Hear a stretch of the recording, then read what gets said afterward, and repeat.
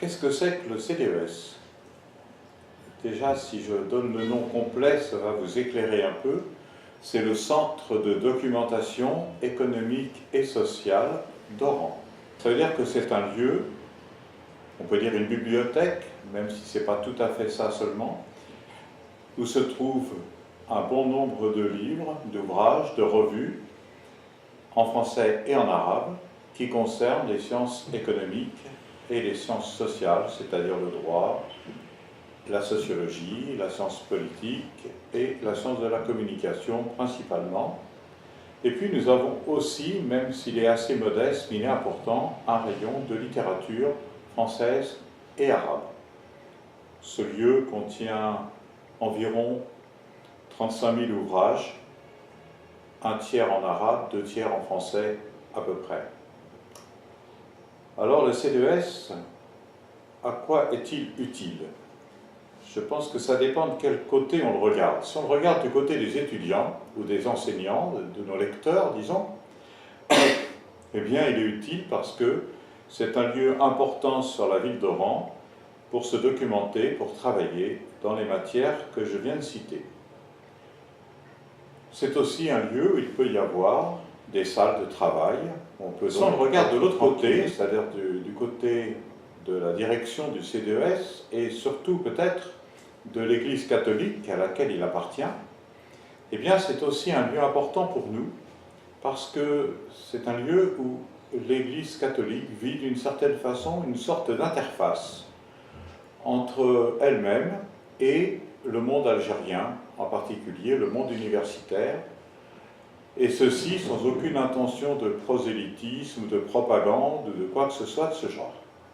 Il s'agit vraiment d'être au service et de rentrer en relation, voire en amitié, avec un certain nombre. Alors, qu'est-ce que fait le CDES? Deuxième question. J'allais dire beaucoup de choses, la preuve c'est qu'on n'arrête pas de la journée. Donc il se passe pas mal de choses au CDES.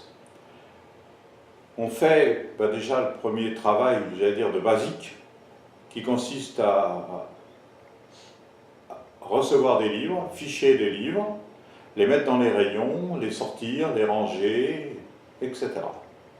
Ça, c'est le travail de base de toute bibliothèque.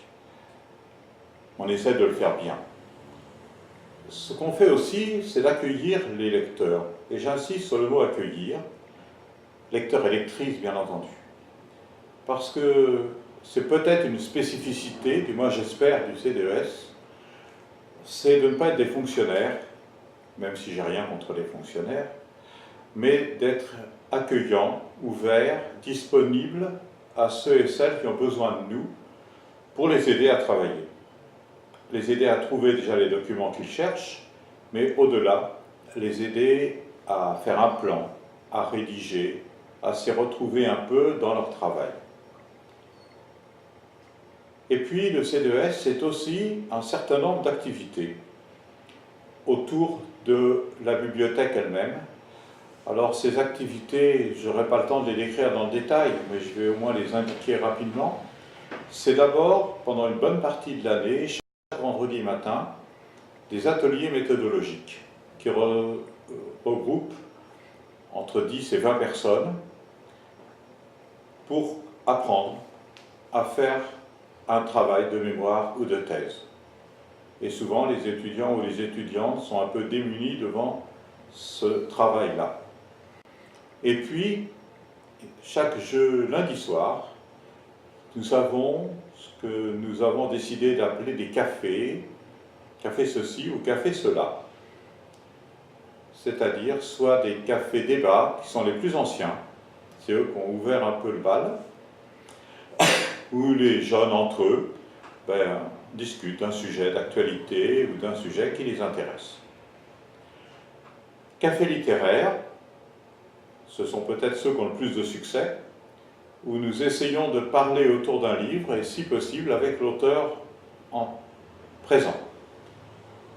On peut aller là jusqu'à une trentaine, voire un peu plus de personnes. C'est généralement passionnant. Et puis, les cafés-thèses, ce n'est pas forcément ceux qui ont le plus de monde, mais ils répondent vraiment à une utilité très forte pour les étudiants qui terminent leur thèse et qui ont envie soit d'en parler avant, soit d'en parler après, et de continuer à réfléchir, à parler de leur thèse. Et puis enfin, les cafés artistiques, ce sont ceux qui mettent un peu le CDES en dessous. On déménage les tables, les chaises, on bouge la salle pour permettre à des gens, en général plutôt des jeunes, de venir exercer leur art ou montrer leur art, qui peut être soit de la peinture, nous avons eu 2 ou 3 expositions cette année, soit de la musique, soit de la photo. J'en oublie sûrement, mais je crois que j'ai dit l'essentiel. Le CDES Sophia est une annexe du CDES Ibn Khaldoun à Maison-Mère. On est dans ce lieu qui est l'église du Saint-Esprit depuis 1991. C'est une bibliothèque spécialisée en histoire, en philosophie, en psychologie, en architecture, et il y a un rayon en plus qui est la littérature. Nous sommes, comme le CDES Ibn Khaldoun, au service du monde universitaire, dans les disciplines que nous venons de citer. Nous avons autour de 15 000 ouvrages dans les 2 langues, en arabe et en français, et autour d'une centaine de titres de revues. Et parfois, souvent, des collections de revues très rares. Nous sommes donc au service d'un monde universitaire, comme nous venons de le dire, mais en même temps de toute personne désireuse de lecture, même si elle ne fait pas partie de l'université. Nous avons quand même, comme nous venons de le dire, des revues qui n'existent nulle part. Je peux en citer par exemple Les Temps modernes, Esprit, Bulletin de société de géographie d'Oran, et beaucoup de livres anciens en histoire. Nous avons des livres même avec des anciennes éditions qui peuvent arriver jusqu'à 1700 et 1800. Maintenant, que fait le CDES Sophia comme activité?